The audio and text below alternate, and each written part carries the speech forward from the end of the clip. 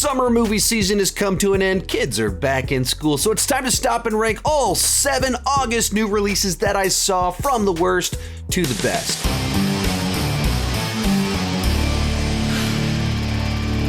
Be sure to let me know your ranking down below in the comments, and if I missed a movie that you think I'd like, let me know about it down below. Let's get started. Last, Heart of Stone, the latest, totally generic Netflix, big budget, star-studded action film.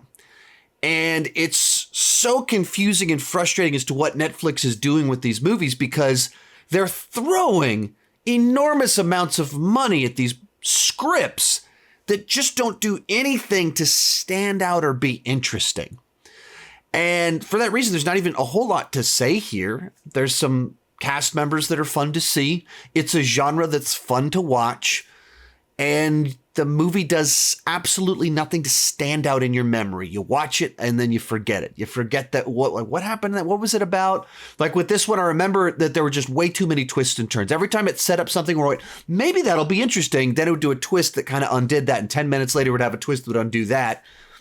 All with pretty faces, big flashy action set pieces, but nothing to actually hook onto, nothing to grab hold of, to be excited about, or to stand out. I liked it while I was watching it, and as soon as it was over, it didn't mean anything to me. And as the days have gone on, it's meant even less, if that's possible. And whatever that is about the streaming system, that I don't know if they intentionally manufacture them in a specific way because they know what will get people to click and get the people to stay, and it's not the same thing that sells a movie ticket and gets a good response in a theater. It's like a perfectly calibrated film for the streaming experience. I don't know what it is, but it's just another one of those generic films. 6, Meg to the Trench. Now, to be perfectly clear, I find this to be a fun, watchable, bad movie. If you watched my review for the film, it was one where I went split between my letter score, which was definitely negative, and my number score, which was borderline positive. And the novelty of watching Jason Statham battle a megalodon, that'll put a smile on my face. And throughout the movie, there's action set pieces, underwater adventures, robot tech suits, all kinds of things that are amusing enough for me to be like, yeah, I went on a double date to go see this with my wife and her friend, and both of them love shark movies. Bad shark movies. They literally dressed up in shark costumes to go see the Meg 2. Did I have fun at the movies that night? Yeah, of course I did. That was a fun time at the movies. But was this a good film? Was it as enjoyable as it should have been? Was it even have as much schlocky fun as it should have been, having multiple megalodons escaping to eat humans while Jason Statham tries to battle them? No, it did not. No, it was not exciting enough, fun enough, or anything like that. And so much of that is, I imagine part of it's a budget thing, that there's only so much you can spend to have sharks eating people. But, I mean, most of this movie is spent at the bottom of the trench with people like walking underwater, which can't be cheap to do, on this gigantic underwater base, which can't be cheap to do. So they just chose to do non-shark related things. And thus they failed to deliver ultimately what you most wanted from this movie for too much of the runtime. I wasn't bored, but it also wasn't as good, nearly as good as it should have been. 5, Til Death Do Us Part. I was so disappointed that I didn't enjoy this film more. The trailer sells it as a movie where there is a bride in her wedding dress being chased by the groom and the groomsmen who are trying to kill her, and she must survive by killing all of them. That's my genre of movies. I enjoy movies like that. And she has a chainsaw and she's flipping around, throwing dudes around. Cool. I'm totally down for it. Unfortunately, this is an hour and 50-minute long movie that has about maybe 45 minutes worth of plot. I mean, there's really not much plot here. It's just she's at this house. They're trying to get her. And then there's all of these long scenes of my phone alarm going off telling me that I have a phone call in 10 minutes. And then there's all of these scenes of her in the house while the groomsmen are outside like, we should go in there and get her. They're like, well, I don't want to mess up my suit. I look good. Doing stuff like that. Why don't you just kick in the doors? Look at us. We are gentlemen. Forever, stretching out the runtime. And so there's not nearly enough action in it. And there's just no like plot twist turns in the main run of the story. It's all kind of told in flashbacks to inform you what's going on.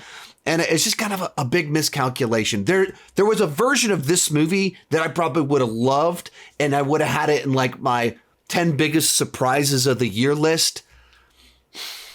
That's not the movie that they delivered, unfortunately. 4, Puppy Love. This is a Freevee original starring Grant Gustin, The Flash. It's a rom-com about two people that go on a date and bring their dogs along. The date goes horribly, but one of the dogs gets the other dog pregnant. So these two people that had a terrible first date end up having to spend time together because they're going to be puppy grandparents. And as the formula goes for rom-coms, by spending all this time together, they start to like each other, they make each other better, they drive each other crazy, all of the usual stuff. And I think this movie did itself a big favor by being a Freevee original. I don't know about you, but I expect nothing from a Freevee original. So if I'm like, Freevee original rom-com starring Grant Gustin, I have fairly modest expectations, and I would say it probably exceeded those expectations. It has enough little laughs, jokes in there that put a little grin on my face. I sense some sexual tension. Not between you, the dogs. You buy into the relationship and the journey enough. They're smart enough to cast people they're likable. And so you just kind of buy into it enough. Is it sticking to the formula? the exact beats that every rom-com has of when the misunderstanding unfolds and the break. It has all the beats. It does everything that it's supposed to do exactly when it's supposed to do it.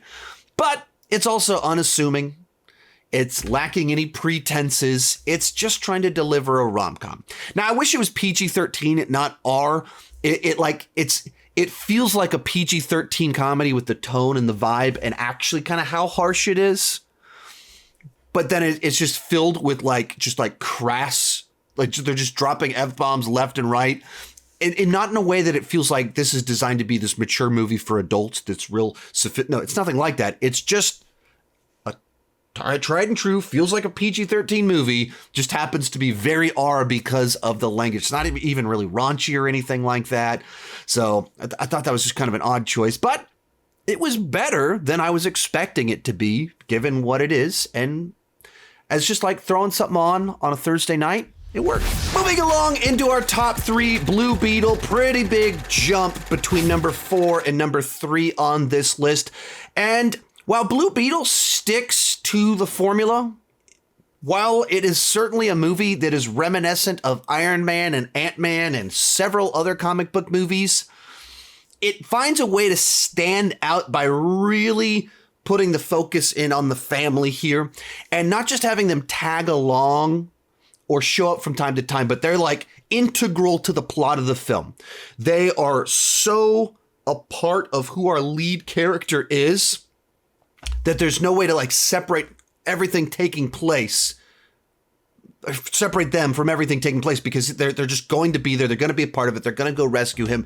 If you want to threaten him, you threaten them. It's just so integral. I think he likes me. And that gives it a different flavor. The characters and cast are all very fun, charming, and likable. And it just finds the right ways to have humor, a little bit of emotion in there, and kind of a tried and true origin story. So it's not breaking any new ground, but it is delivering a very solid movie that has just enough to make it stand out and be a good time at the movies. Our runner-up, Gran Turismo, the latest film from Neil Blomkamp, and a movie that is absolutely nothing like his previous films, but shows that he has a lot more than just his District 9 trick. He's not just a one-trick pony. He can deliver mainstream entertainment, and I think that's exactly what he did here. I've never played Gran Turismo, whether you call it a game of simulator, whatever it is. I've never done anything involved with it, but what's cool about this movie is it's actually an adaptation of the game, but also telling a real life story of this kid that played the game that became a racer. Because of that, it has all kinds of big, exciting emotion to it, where it's an underdog story. It can be funny. It can be very emotional. And then there's thrilling races all throughout the entire movie. So a movie that wasn't really on my radar at all, seemed like an odd choice for Neil Blomkamp, and the source material means nothing to me, but the movie turned out really, really good. But coming in at number 1, Teenage Mutant Ninja Turtles Mutant Mayhem. And it feels like we're in this era where there's just a lot of really great animated films coming out, where over the last few years, some of these studios are just pushing boundaries, trying new things, and expanding what you can do with animation, rather than just trying to advance the technology to have slicker textures and better water simulations and things like that. They're really going like, no, this is animation, and it's supposed to look that way. And we can take all these art forms, and even when they do a Ninja Turtles movie, they apply that to it. And so once again, we get another very cool animated film. But even beyond that, as a Teenage Mutant Ninja Turtles film, it really puts the teenage into Teenage Mutant Ninja Turtles. They feel like teenagers. They're immature. Our dad is definitely not a giant rat. That makes me feel like he's a rat. They have all the problems that teenagers have of trying to relate to each other, authority issues with their parent figure, trying to be accepted by their peers, being obsessed with the opposite sex and wanting to date. All of that stuff, they have it, while also trying to be superheroes. And so when you put it all together, it absolutely is a fresh new take. It's a very cool animated film. It's funny. So it had everything that I wanted and hoped for. And as someone that grew up on Ninja Turtles and now has kids who are the perfect age to love Ninja Turtles, my kids loved it. Actually, at the press screening, they gave out little Ninja Turtle stuffies to all the children in attendance, and all of my kids had just been carrying those around for the last month. So I had a blast with it, and it made my kids happy. So it comes in at number 1. Remember to share your ranking down below in the comments section. Let me know any movies I missed that you think I might actually like. Thank you so much for watching. Keep talking movies and TV too much. Bye.